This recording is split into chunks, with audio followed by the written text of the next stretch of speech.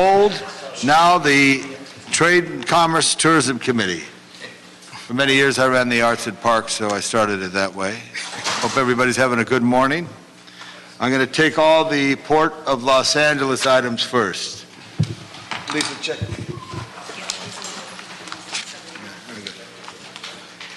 Anything to do with the port? Thank you.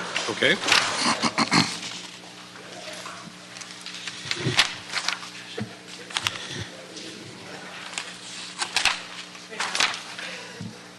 Item 6, I believe.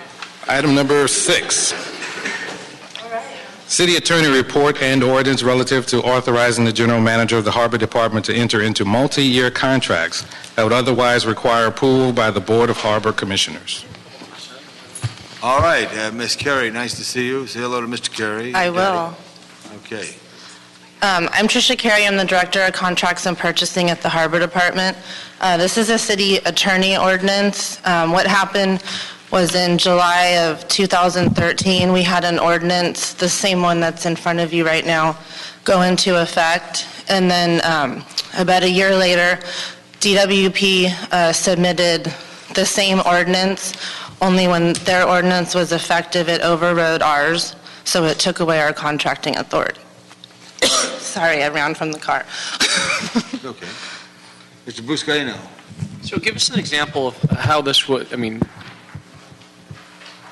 how would we empower our general manager at the Harbor Department? Can you just give an example of a type of contract that would come before him that Yeah, this ordinance is only for procurement contracts, so those are for goods, commodities, supplies, only contracts that are awarded to the lowest bidder. And it used to be $150,000 in 1 year, and then LAWA did an ordinance that made it $150,000 per year up to 3 years. And then we submitted a request for an ordinance change as well to do the same thing, which went into effect. And then DWP submitted the same ordinance, and when theirs went, the timing of ours was kind of off. So when theirs went through, it just included LAWA and DWP. Got it. And took away our authority that we had in place. Okay. Okay, I'm good. So this is similar to DWP?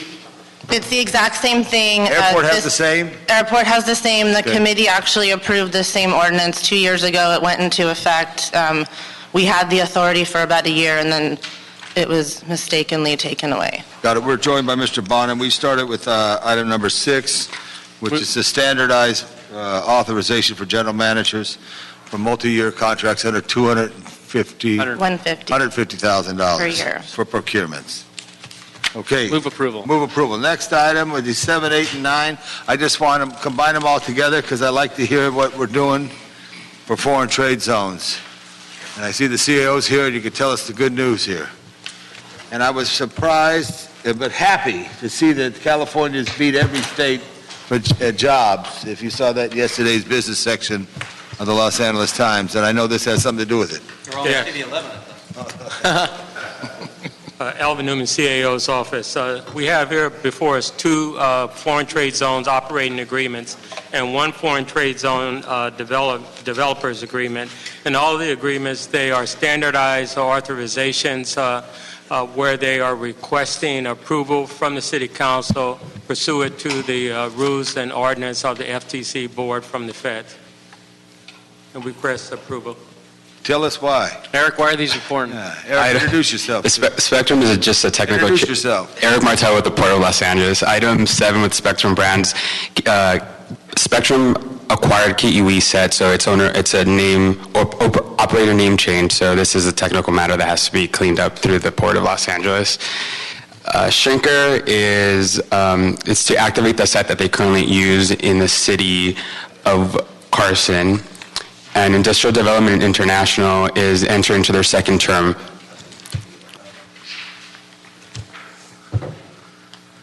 So we're good with all this? Yes. Eric, why are these FTZs important to the port? They actually bring some revenue to the Port of Los Angeles. On average, they bring about between $10,000 and $20,000 to the port in order to continue enterprise zones within the Port of Los Angeles. Very good, thank you. Mr. Bonnet? I'll trip him up next time. Good. Here's what I want, and you can call it the Labange map, if you want. I want a map of the Southern California area and shows where our FTZs are throughout the Inland Empire, throughout Ventura, if it's in Ventura County, and just show the importance of the Port of Los Angeles throughout the region. And I think that's a key thing, and it'd help people understand how important the port is. So you could call it a Buscaino map or a Bonin map, whatever it is. TLB, Okay, you got it. TLB map. Thank you. Next item, approval on all the three of those. Sounds good. Will do, sir. Number 10. Item number 10, Administrative Exemption and Board of Harbor Commissioners Report relative to 5 proposed agreements for on-call construction management services for construction projects throughout the Port of Los Angeles. Alvin Newman, CAO's office. This is approval of 5 on-call construction management services contracts.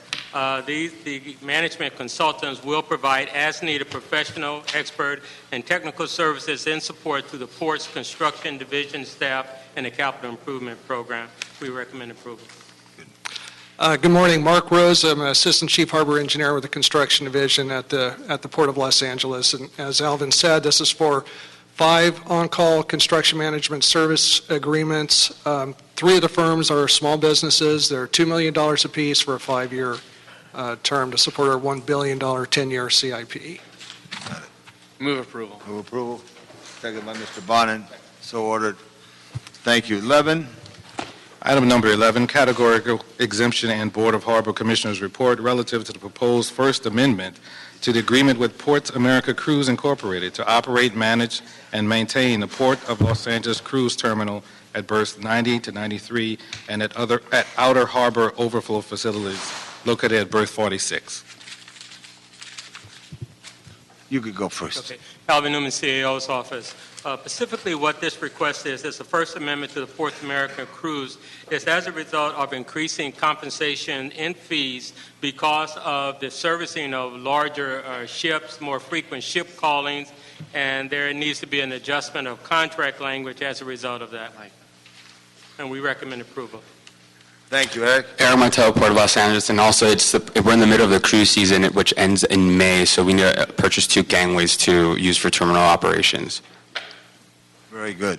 I think this is a great item, Mr. Chair. What's pretty inspiring is that we're seeing an uptick in cruise business and passengers coming in and out of our port, but we struggle with the fact that these passengers flee our area once they disembark and go elsewhere around Southern California. So again, going back to the importance of waterfront redevelopment, I'm going to continue to bang the drum on this.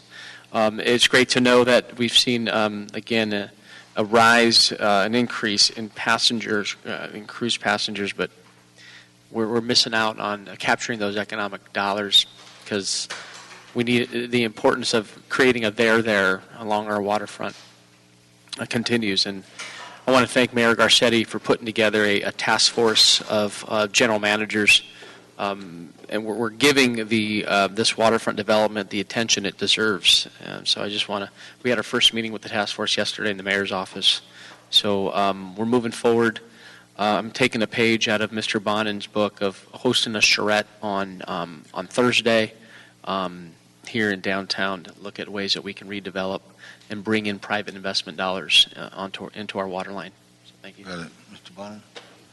Good. Just a question, Joe Buscaino, councilman of the area. Long Beach has a different land use. I mean, I'm older than you, and I remember going to the New Pike, and I remember almost like Ocean Avenue was it, and there was the Pike. And then it's transformed. I happened to go there the other day to one of their hotels for a civic event. What do you ever envision anything like is Long Beach too intense for San Pedro, or what does San Pedro want to see? I think, welcome to the Tom LaBonge Hour on waterfront development. Yeah, thank you very much.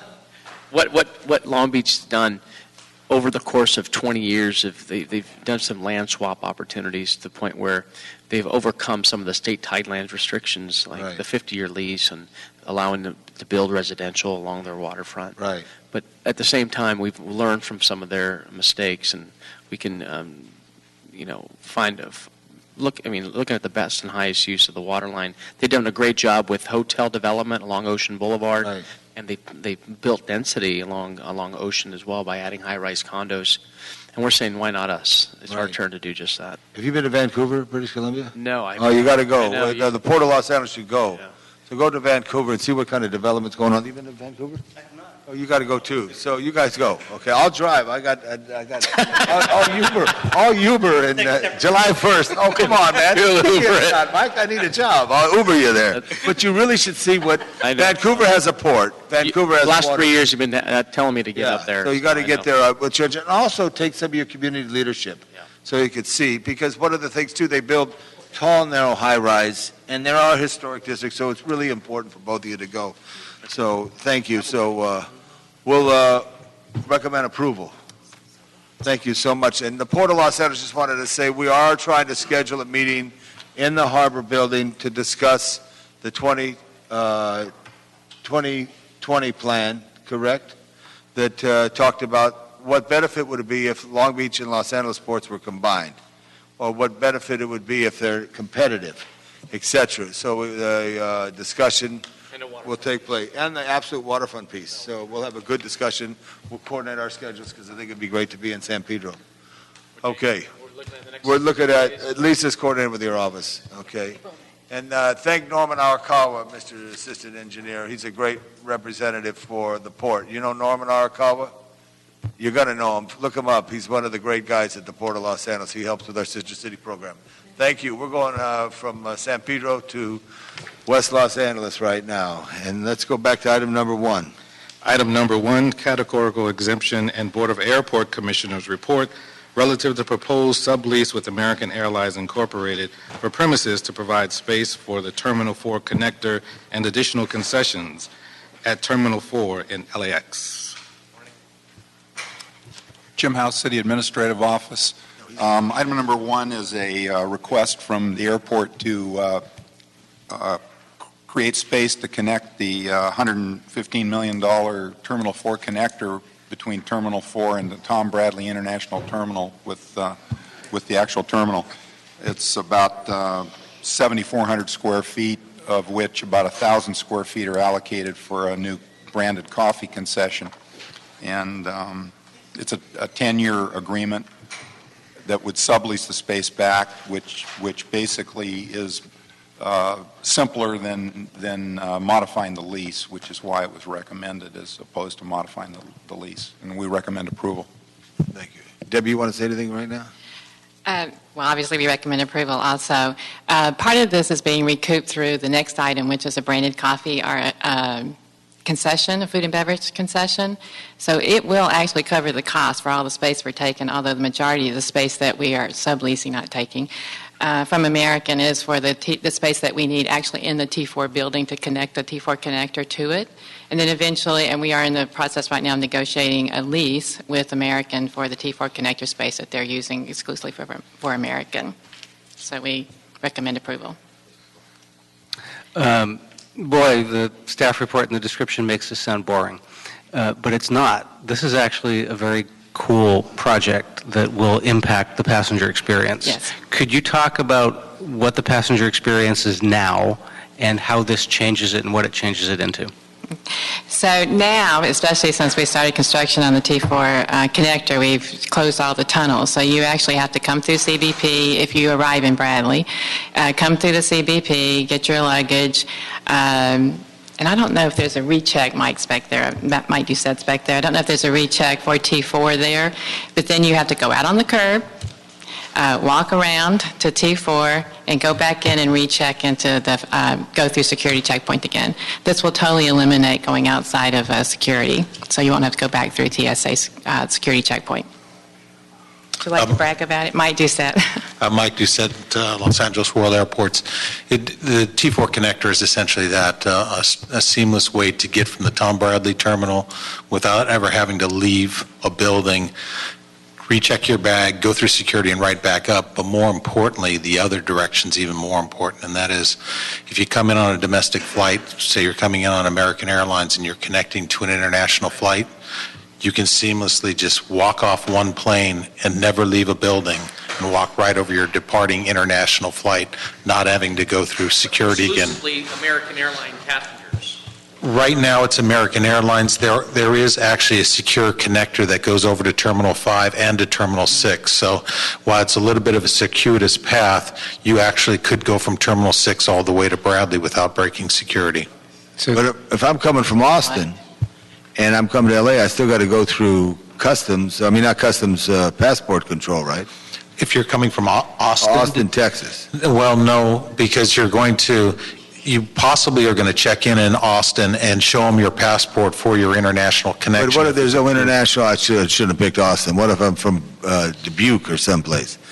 I'm just saying, don't you have to go through passport control again? If you're coming in internationally and connecting onto a domestic flight, you will go through customs. I got that. That's coming in. But that's going out. Going out, for the most part, they will check your passport in your departing city if you are on a normal connecting flight or a built connection. If you are buying your own ticket to LA and then connecting onto an international flight, you will show your passport in LA. Okay, all right, okay. So the headline here is LAX continues to improve the passenger experience. That's what I'm trying to get at here. Aesthetically, what is this going to look like for the passenger? I was just going to add, it's really pretty. So there's a nice plaza with what we call outdoor furniture, which is actually stone furniture, but it can't be destroyed, with a lot of glass going into that you can see into the connector. And the one thing that I'm hoping to commercialize one day is when you're coming around, it's all glass, and you see this big tall wall where the elevator is, and there's a big area right there to put a big digital screen one day. But it's absolutely gorgeous, and it makes that corner look a lot more tidy. Great, that's a good thing. And when is this going to be open? The initial portion of it is scheduled for late this year, December of 2015, and there are other components that will follow on into 2016, but the passenger component is December of 2015. Thank you. Thank you. Just a technical question. I've heard complaints from people because Tom Bradley does not have a number, correct? It does not. Right. So what's the thought on that? Because some people go by numbers in this world. And have you ever heard that complaint? We have. It actually, Tom Bradley goes by the letter B. So if you look on our website, it's designated as B. But I think there's so much. Is there an A? No, there's so much identification, though, with our numbered system that people understand Terminal 4 is American or Terminal 1 is Southwest. To renumber that, I think, would be pretty disruptive. I absolutely agree. I'm just saying people have complained to me there's no number there. So you figure it out and do what's best for the Los Angeles International Airport. Okay. It's recommended approval. No objection. Next item. Thank you. Item number 2, Categorical Exemption and Board of Airport Commissioners report relative to the proposed agreement with Areas USA LAX LLC to manage and operate a branded coffee, food, and beverage concession in Terminal 4. Jim House again from City Administrative Office. Item number 2 is the second piece of the item number 1, which involves a request to approve a concession agreement with Areas USA LLC, or Areas USA LAX LLC, to operate a branded coffee concession in Terminal 4. And this space was being made available as a result of the connector project. And it fulfills a need in Terminal 4, which I understand there's been complaints from passengers that there was a lack of choice in lines in the terminal. And this will generate $9 million over 9 years, and it'll expire at the same time, the concession agreement will expire at the same time as the other concession agreements in Terminal 4. We recommend approval. So I probably should have asked this with the previous question, but because the two of them are linked, Debbie, you were talking about ways to sort of commercialize the space and generate a revenue stream.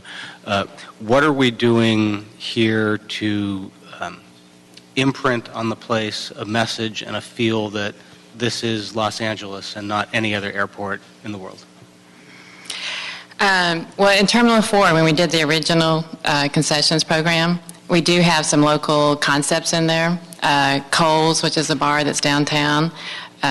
Real Daily Life Food, which is all natural food. And I'm never going to say this right.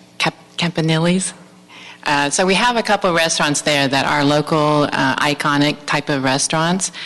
None of the coffee options that came in were a local type of coffee. In addition, though, to the type of concessionaire, are we doing anything in the connector that gives a message that this is Los Angeles? Are we doing anything with a beach motif or with the Hollywood sign? Or so much of our airport doesn't tell you that we're in Los Angeles as opposed to any other place in the world. I don't know the answer to that. I'll have to get back to you. Okay. Okay. Thank you. Thank you very much. So we recommend approval on that item. Next item. Item number 3, Administrative Exemption and Board of Airport Commissioners report relative to the proposed Fourth Amendment to the contract with Ftcs Architects for uninterrupted construction administration, supplemental design services, and project closeout for the Tom Bradley International Terminal. The CAO. Good morning, Bill Kreitzer, the CAO's office. This Fourth Amendment basically extends the contract for 1 year with Ftcs Architects, which is the engineer and architect of record for the LAX modernization project. It will extend the contract, if approved, to May 27, 2016. Ftcs was selected by a competitive process. And what this does is allows the department to continue without any interruption the essential construction administration and supplemental design services that they've been providing, and therefore avoids any kind of delays in completing this LAX modernization project. And for those reasons, we recommend approval. Yeah, I had a question about the disadvantaged business enterprise compliance here.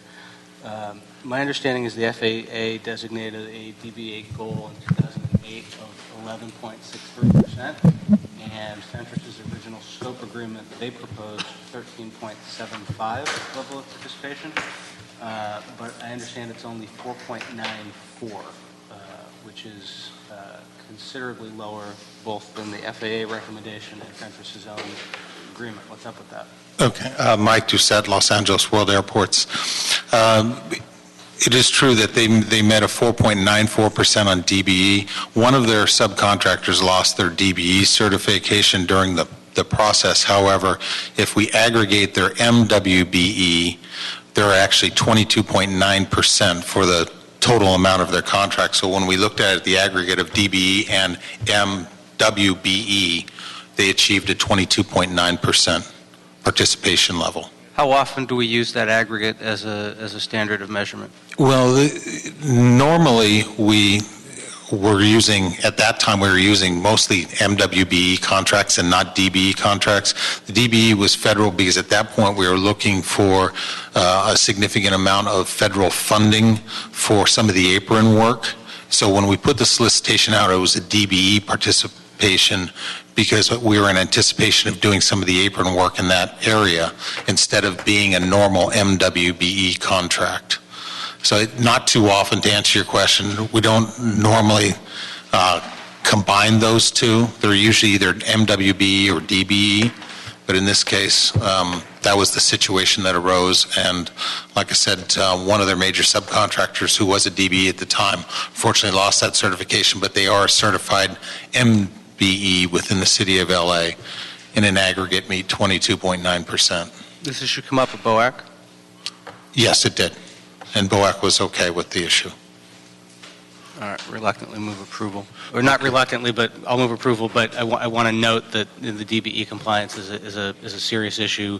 It's good to see that through the aggregate they've got better numbers. Right. But I just wanted to make sure folks know that this is an issue that the council is paying attention to because it's very important. This is a no-cost extension, by the way. Yeah. Just a suggestion for the committee clerk. Sometime in the future, it could be after July, whenever, that you should get an annual report on that, what Mr. Bonin is saying, so we could track and watch that in the future. So that should be something that we look at separately. Okay, moved approval. Next item. Item number 4, Categorical Exemption and Board of Airport Commissioners report relative to the proposed contract with Standard Signs Incorporated for specialized airfield signs and replacement parts for Los Angeles World Airports. Bill Kreitz again with the CAO's office. We've reviewed this. This is a request for a 5-year contract with standard signs is for the purchase of specialized airfield signs and replacement parts for all three of the of LAWA's airports. There's a $1.95 million contract for these airports. The standard size was selected by way of a competitive process in both 2012 and then recently in 2014. By awarding this, it allows the department to continue to install and upgrade and reconfigure and maintain a certain type of signage for the airports. It's FAA approved. They're very durable, they're very cost effective, and they're easily upgraded and maintained and used frequently at other international airports. So for those reasons, we recommend approval.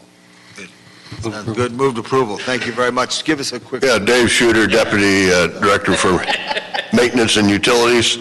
The reason for the 5 years is we're on a 5-year replacement repair plan for these signs. And the reason for the single sign company or the single bidder is that the FAA desires that the entire airfield be consistent in the signage. They require that a given taxiway or a given runway be consistent in the signage. So we're tied to Lumicurb, and we're on a 5-year replacement program. We move approval. Thank you. The oldest one set it over the Flight Path Museum, so it's part of the historic. Yes. Thank you. Next item. Thank you. Item number 5, Categorical Exemption and Board of Airport Commissioners Report relative to the proposed Second Amendment to the agreement with United Airlines Incorporated for additional improvements on space in Terminal 6, 7, and 8 at LAX. Okay. So Debbie Bowers again with Los Angeles Area Airports. So as the other airline, just like all the other airlines, when we did the original agreements with each of them, we had an estimate based on just some of the per square foot comparisons. And then as they get into and start doing assessments, working with building and safety and working with our staff to look at owner betterment opportunities, we found, in this case, $155 million more worth of owner betterment. Some of these include an extra restroom count. United is there's a better design for the security checkpoint to make the passenger flow better, a better experience for the passenger. We also had to tweak and work with it a little bit to make sure and ensure that it would work with the APM in the future. So we wanted to make sure none of their front improvements would impede that, which also ended up with us adding some more escalators and elevators. During the process, we found out that we had to do more electrical upgrades than we had anticipated to begin with. So when we started adding all of those up and a couple of other items, we needed to add another $155 million to the acquisitions program. So the current check-in facilities at 6, 7, and 8 are not all that great? Well, in Terminal 6, that was the one that Alaska did, so they are, but 7 and 8 are. So how is this going to change that? It's going to put it all in one level and all in one entrance. And United, they have a new concept so that the economy class is on one side of the curb, the more premium passenger on the other side. However, they have now set it up so in the middle, if you are a person who just checks in off of the computer and have your boarding pass and aren't checking luggage, you get off the curb and you go straight into the security checkpoint. So it looks like it's going to be much more organized and a better flow for passengers, especially their business passengers. Right. Yeah. So this started in about a year ago, right? Correct. Construction, and it's supposed to end the end of 2017 or so? December 2017. So what actually has been done so far and what remains to be done? They have started some of the seismic upgrades, so they've started working on the piling. They've done a lot of work underneath. They've been working on their baggage handling system, and so a lot of back of the scenes work, back of the house type of work. Since I've been on council and been on TCT, we've had a number of different terminal upgrades before us, all of which is great. Very, very important for the passenger experience and just for the airport looking great. With the exception of Terminal 3, which is probably beyond redemption and probably needs to be torn down, at what point are the mayor and I going to be able to say every terminal at the airport has been renovated and upgraded, with the exception of T3? I think Terminal 1 is the one that's out there the furthest, and it is 3 more years, I think. Is that correct? Yeah, 2018. Great. Okay. Thank you very much. And we're going to move approval. Just one thing, last week you had a topping off ceremony. I know you have tough schedules, but I know I always like to go out to the airport to help celebrate and salute those who do the work. Mr. Bonin, he was scheduled the same time as council. If you could see that, but you're not old enough to remember 45s, are you? No. You know what a 45 record is? Okay, there was an old record, a little record. But anyway, they had an A side to B side. So if you have to do the A side for the mayor, don't forget the B side for the council, who do that. That's all right. So I understand, but it's always nice to have it not conflicted with council schedules. I remember the 45. Yeah, that's all right. I had American Pie by Don McLean on Really? 45. Wow. He lived in Echo Park and just passed like 2 years ago. God bless him. Anyway, no other questions. Have a safe day. No comment, no public comment. We thank everybody today. Have a good day. Be safe. Thank you for serving the city of Los Angeles.